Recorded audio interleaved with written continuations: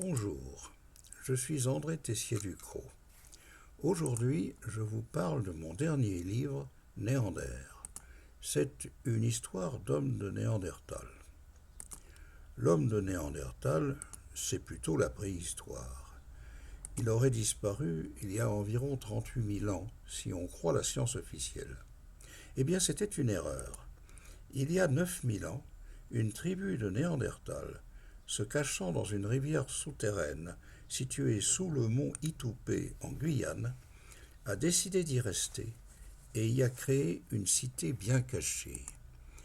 Là, ils ont eu le temps pour créer une science, un art de vivre et des institutions très éloignées des nôtres.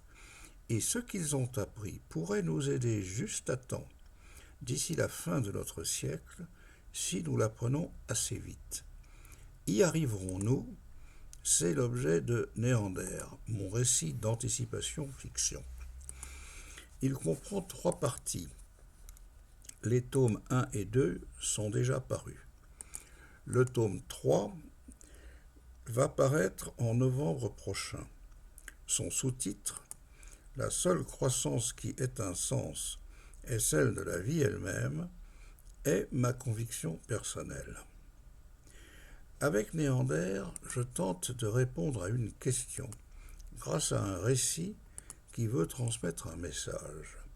Je n'invente rien et je vous citerai mes sources. Où va l'humanité ?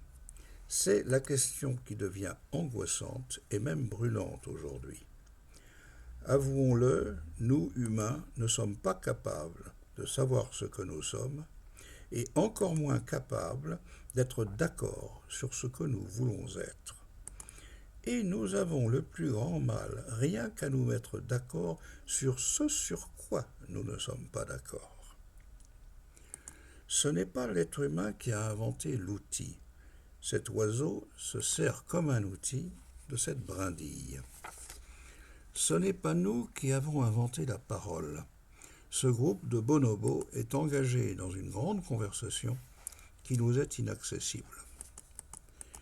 C'est quand même nous qui avons appris à maîtriser le feu, ce qui nous a distingués pour la première fois de l'ensemble de la nature.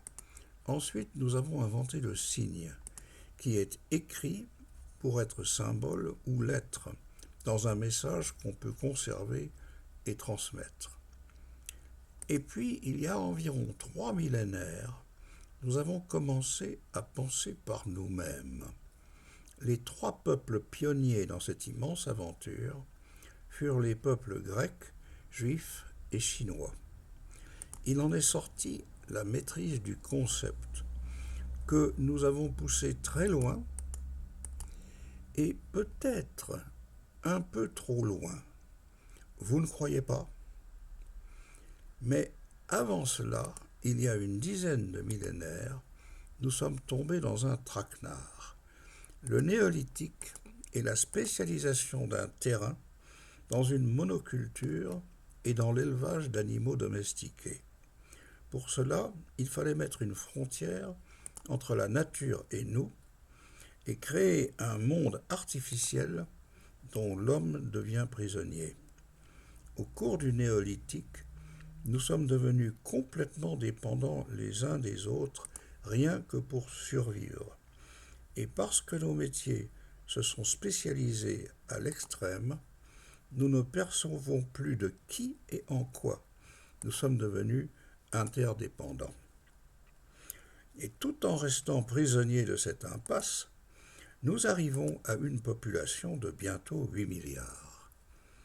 Pendant ce temps, qu'ont fait les Néandertals ? Ils viennent d'Europe.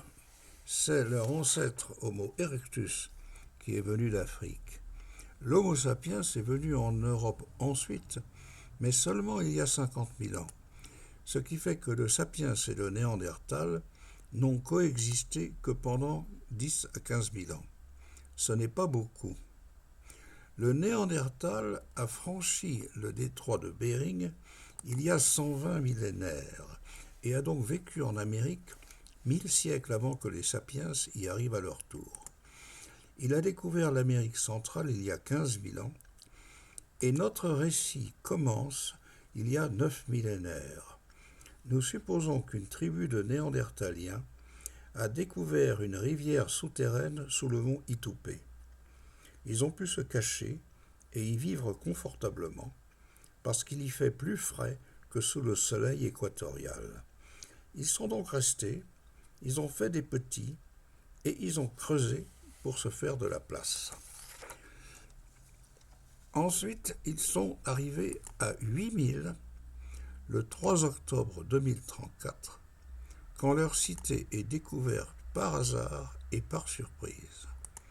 L'équipage de ce dirigeable, qui s'appelle Eleuthère, va en surprendre quelques-uns parce que ce dirigeable est totalement silencieux et parce qu'il est dans leur soleil, ce qui le rend invisible. À bord, nous avons Janine et Pierre Journet, des Cévenols comme moi, Helmut Weber, allemand, Harold Silkman, le pilote, qui est états-unien, et quelques jours après la découverte, Anne Laporte, une spécialiste des langages animaux, leur sera déléguée par le gouvernement français pour mener la prise de contact. Et naturellement, la première interrogation va être: sont-ils des êtres humains? En attendant, l'équipe décide de les appeler les Néandertals. Les Néandertals pratiquent la démocratie la plus directe possible. Toute décision politique est préparée chacun de son côté, dans la mesure où chacun décide que le problème à résoudre le concerne ou pas.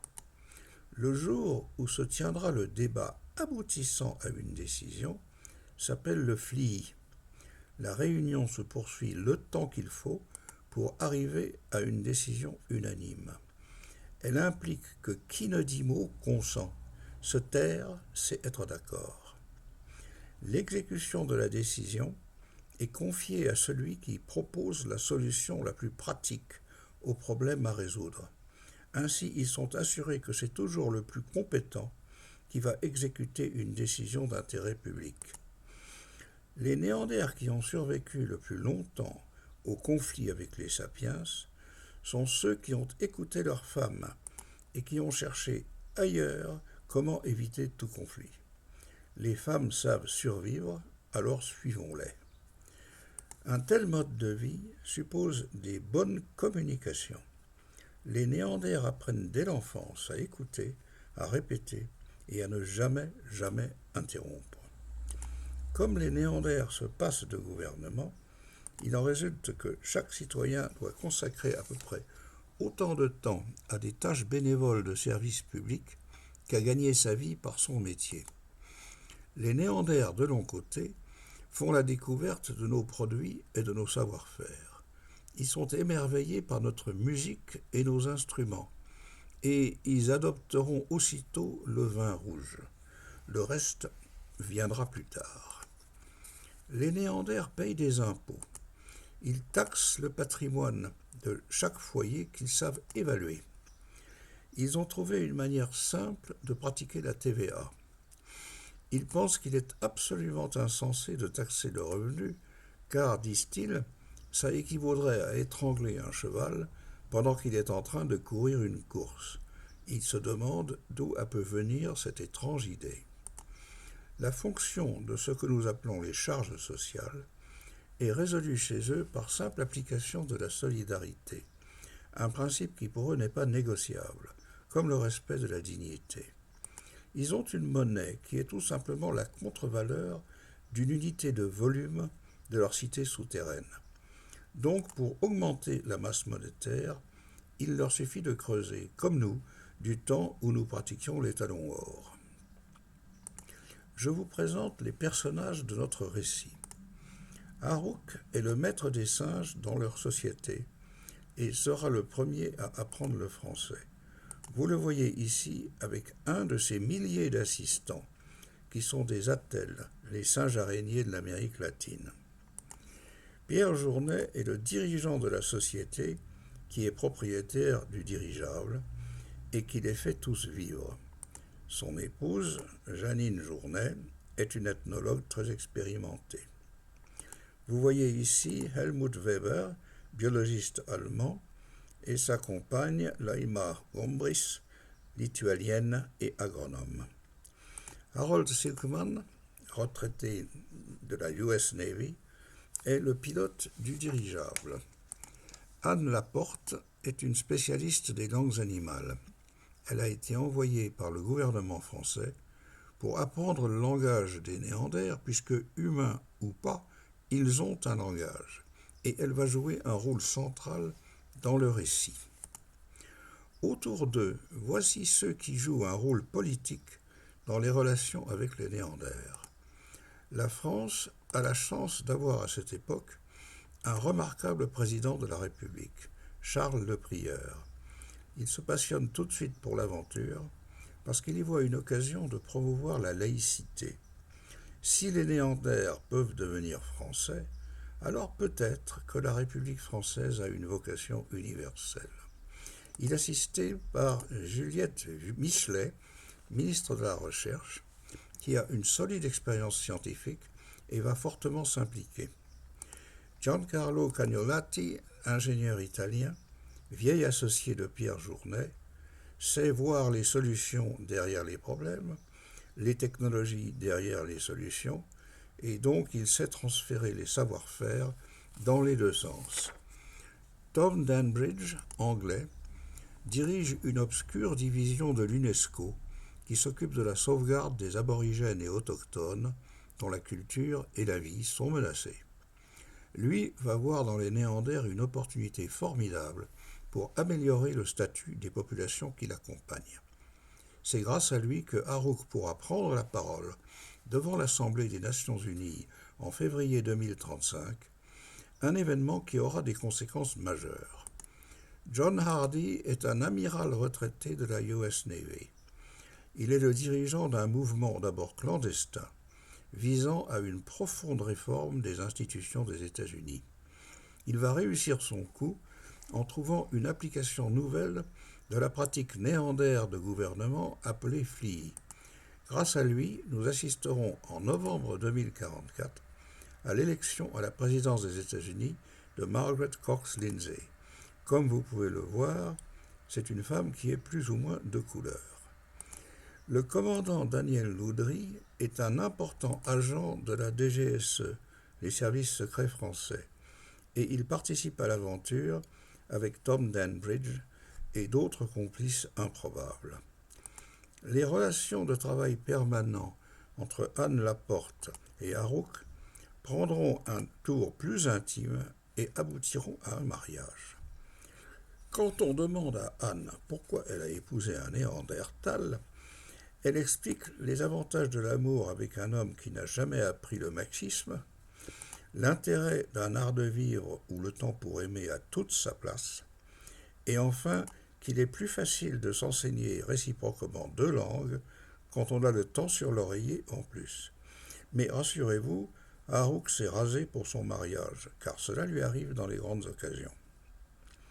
Au cours de ce récit, nous découvrons une société où chacun est souverain de sa vie, mais où tous savent prendre vite une décision unanime. Nous avons rencontré les Néandertals par surprise. Après un FLII dramatique, ils décident de prendre un risque avec nous, plutôt que de nous mettre à mort comme l'exigeait jusqu'à présent leur loi. Nous leur apprenons qu'ils sont richissimes, en raison d'un gisement de laurite, donc de ruthénium, un catalyseur. Ils savent ce que c'est, mais au début s'en soucient assez peu. Les Néandertals comprennent peu à peu que la décision de savoir s'ils sont des êtres humains ou pas ne conditionne que la sauce à laquelle ils seront mangés. C'est pourquoi ils décident de vivre dans des dirigeables géants à 3000 mètres d'altitude. Ils disposent désormais d'une surface financière importante grâce à leurs importants gisements de laurite. Avec l'aide de l'Ether, ils vont gager cette fortune et obtenir la garantie souveraine du plus grand fonds de pension du monde, le fonds norvégien qui s'appelle maintenant Skanescent. Ce fonds, depuis ses origines, a toujours évité de tomber sous la coupe de la financiarisation mondiale et il approuve tout de suite leur projet.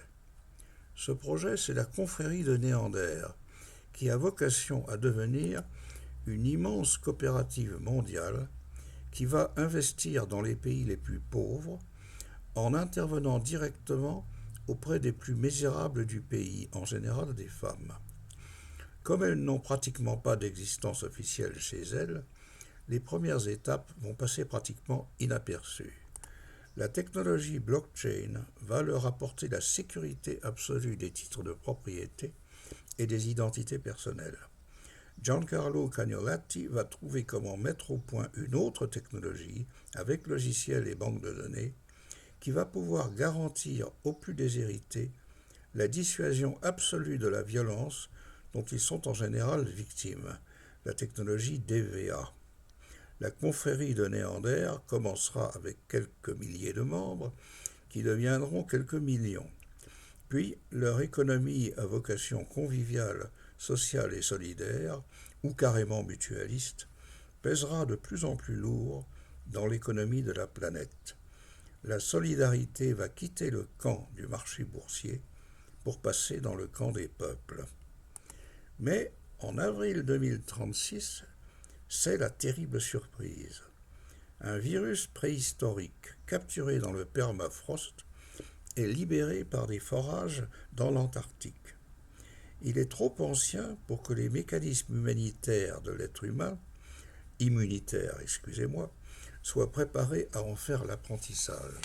La maladie tue en quelques jours en déclenchant des hémorragies internes. Le miracle a lieu.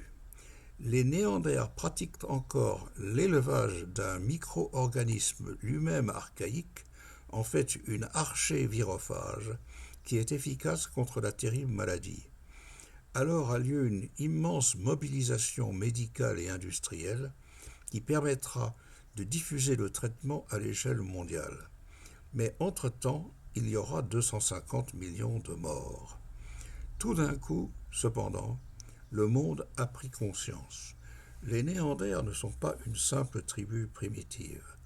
Ils détiennent des savoir-faire insoupçonnés dont le besoin est urgent. La procédure du FLII, appliquée au seul niveau des 538 membres du collège électoral états-unien, va permettre à John Hardy et à son mouvement d'organiser l'élection présidentielle en faveur de Margaret Cox Lindsey. L'humanité commence à basculer. À vous maintenant de lire les détails. Mais résumons le message que veut porter Néander. Celui qui a raison, mais a besoin de la violence pour convaincre, se met dans son tort. Le violent est un faible qui a tort. Les humbles hériteront de la terre en devenant des professionnels faisant un métier de leur vie et de la vie tout court. La dignité humaine n'est jamais négociable. Les devoirs envers l'homme priment les droits de l'homme. Les droits de l'homme laissent l'individu libre, libre d'acheter une arme à feu ou de se payer un bon avocat. Les devoirs sont ceux de tout le monde, des entreprises, organisations, gouvernements, administrations, comme des églises. Voici une partie de la bibliographie qui m'a permis d'écrire Néander. Vous y verrez que je n'ai rien inventé. Pour conclure, j'ai demandé à Harouk, le maître des singes, maintenant qu'il connaît bien l'état de l'humanité, quelles seraient ses recommandations les plus urgentes. Il m'a dit « La déforestation a été non pas la seule, mais la première action humaine entraînant le réchauffement planétaire. Un chêne comme celui-ci stocke 12 tonnes d'eau fraîche avec son humus et pompe 200 litres d'eau par jour qui s'évaporent et deviennent nuages. 1 millimètre d'augmentation du niveau de la mer, c'est 240 millions de tonnes d'eau qui avant était fraîche et qui est devenue salée. C'est le principal moteur de la désertification. Il faut absolument reforester. L'énergie consommée par chaque être humain augmente de génération en génération sans plus contribuer à notre bien-être. Les énergies renouvelables ne font que s'ajouter aux énergies fossiles, sans en diminuer la consommation. Il nous faut inventer un art de vivre qui a moins besoin d'énergie. La croissance de la population va de toute façon ralentir et se stabiliser quelque part avant la fin de ce siècle.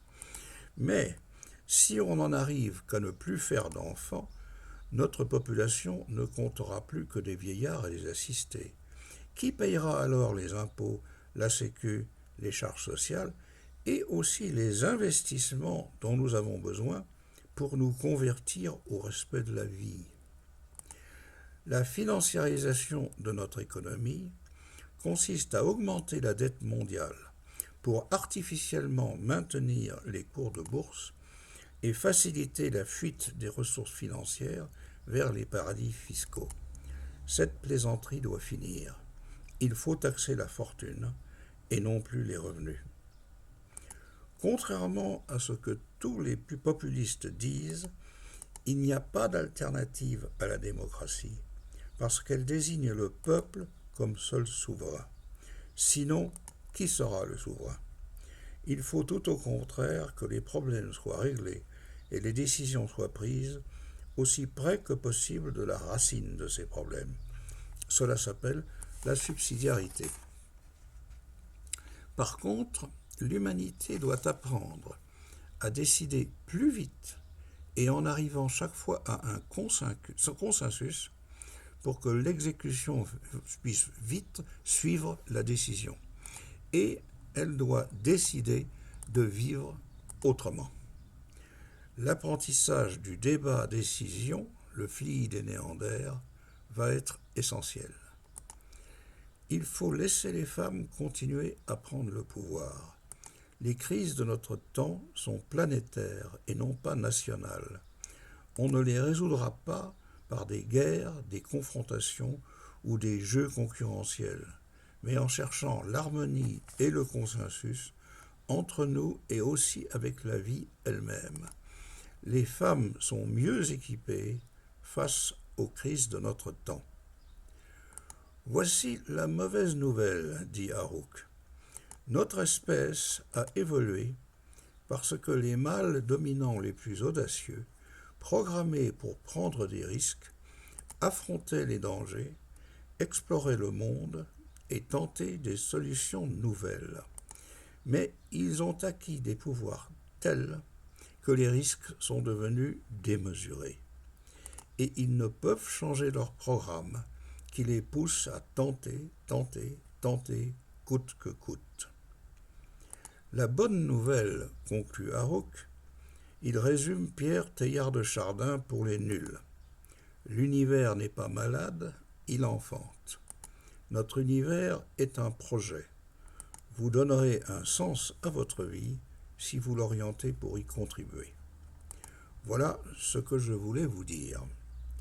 Vous trouverez Néander aux éditions Amalthée, et je vous suggère de commencer à combattre la financiarisation en le commandant chez votre libraire. Je vous remercie pour votre attention.